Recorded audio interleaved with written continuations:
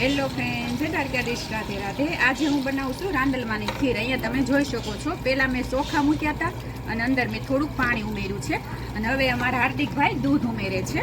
6-7 litre દૂધ છે। ખીર આ ઝાઝી બનાવવાની છે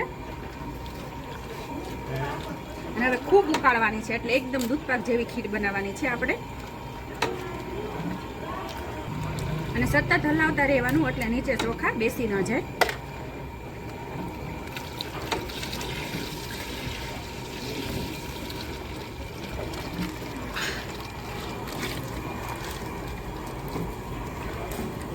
હવે ખૂબ આપણે ઉકાળી લઈશું અને ચોખા મેં દૂધમાં જ શેડવવાના છે, એટલે ખીરમાં એકદમ સરસ સ્વાદ આવશે। અને તમે કુકરમાં બાફીને પણ કરી શકો। અને અહીંયા આપણે દૂધમાં ચોખા સરસ સડી ગયા છે, જુઓ તમે।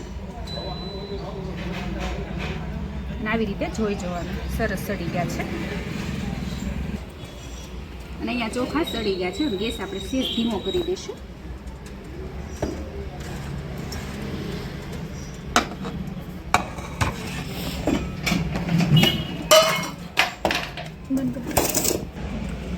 અને હવે એમાં આપણે ખાંડ ઉમેરવાની છે। તમે જેટલું ગળું ખાતા હો માતાજીને, તમારે જેમ ભરાતું હોય એવી રીતે ઉમેરવાનું।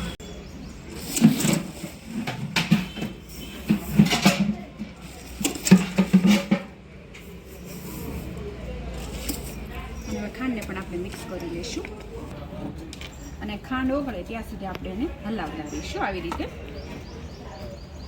અને અહીંયા મેં દળેલી એલસી લીધી છે અને જાયફળ, બે મિક્સ છે અને આવી રીતે મેં પાવડર બનાવી લીધો છે, એ ઉમેરી દેવાનો છે, એટલે સ્વાદ બહુ સરસ આવશે। ઝાઝી ક્વોન્ટિટી છે એટલે આપણે થોડુંક વધારે ઉમેરશું અને એલસી અને જાયફળ આપણે મિક્સ કરી લઈશું આવી રીતે। અને સુગંધ પણ સરસ આવે છે એલસીની, જાયફળની।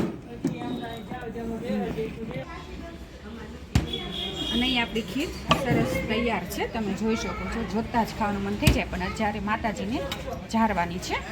અને હવે થોડીક વાર આપણે એને ખુલ્લી રાખશું, એટલે ઠરી જાય। ગરમ ગરમ ઢાંકી નથી દેવાની, અને થોડીક વાર ઠરી જાય ને પછી આપણે ઢાંકશું અને માતાજીને ઝારી દઈશું।